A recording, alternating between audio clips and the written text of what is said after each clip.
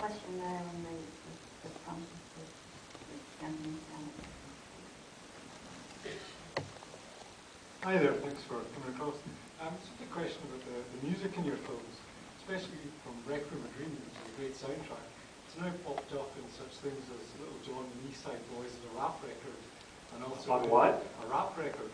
Oh yeah, I've heard that. Yeah, it's a great song, but it also appears in reality TV shows. How do you feel about your music popping up? It pisses the fuck out of me. but you know, it's like, come on, guys, get, you know. But Clint Mansell doesn't. Clint, who wrote it, and doesn't care. There's a whole legal thing going on because you know, Clint. I could never get paid because no one wanted to make that movie, so I have no ownership of it. But Clint, who rightfully is being robbed a lot of money by all that, but he was psyched because he went to see. He's from Birmingham, so what's his? The Wolves? Is that his soccer football team? Is that right? Anyone knows football? Is it the Wolves, right? And he went to a match, and before his team came out, they played the Requiem theme, and he was in the stands, and he was thrilled. You know, the NBA finals, they use that music now, so it's just become this cliche. And it kind of bums me out because I just know, you know, people who are just discovering it, coming to age, they're going to be like, oh, that's that, you know, cheesy music from blah, blah, blah. And but I think it's great that, you know, I mean, great in some ways that it's caught on, but I get pissed. Especially all these, when it's a bad trailer too, you know. I have a question down here.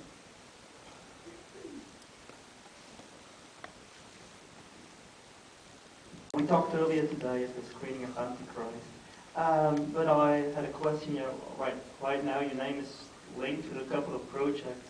Like there are a lot of rumors floating around the internet.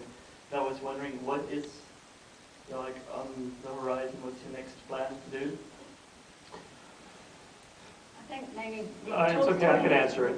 Next question. I mean, you know, for me, it's like, you know, I don't, you know, we'll see. You know, as soon as I got something, I'll let you know. All right. We're working on a bunch of stuff, and you know, but it's really hard to make a movie, and so the more, I mean, I was trying to. The Wrestler was an idea I've had for about 16, 17 years, and so I never talked about it until I got to Venice and I was talking to you. So it really didn't, you know. I like it that way, just to, you know, we get too much information from the internet. Get off the internet, man. Unplug, man. There's a whole world out there. I want to try and convince them to do something over here, so we'll start spreading the instead. Yeah. There's a question up there, the gentleman on his hand. I can only see the front section, so I feel bad about people back. Yeah, I was wondering what your thoughts are about the possibility of moving to digital. Some filmmakers now, like Soderbergh, have shot in Red 1, and what your thoughts are on that, and like Cameron, who's now moving to 3D. You know, digital's looking better and better and better, and so, you know, when we had to shoot The Wrestler for a cost, it was a real conscious choice to go to 16 and to go for the grain, because I think, you know, video, what it's doing best is kind of mimicking what 35 looks like, and I think it's doing a really good job. I mean, I can't really tell anymore for a lot of things. And I think that's fine if you're trying to do something on 35 and it somehow is better for your needs. For, you know, I mean, in some ways it's great in darker situations, and in some ways it's, you know, so, but I like, you know, there was a time when video didn't look that good, and I was a big proponent of it, and you know, I thought, like films like Celebration and the whole Dogma movement, how they used video, I thought was really ingenious. And then, of course, Blair Witch used it really smartly. But now it's just to replace film, which I guess eventually it will be cheaper and easier to use, so it'll make sense to do that. That's not me, is that? No, sorry. That's you.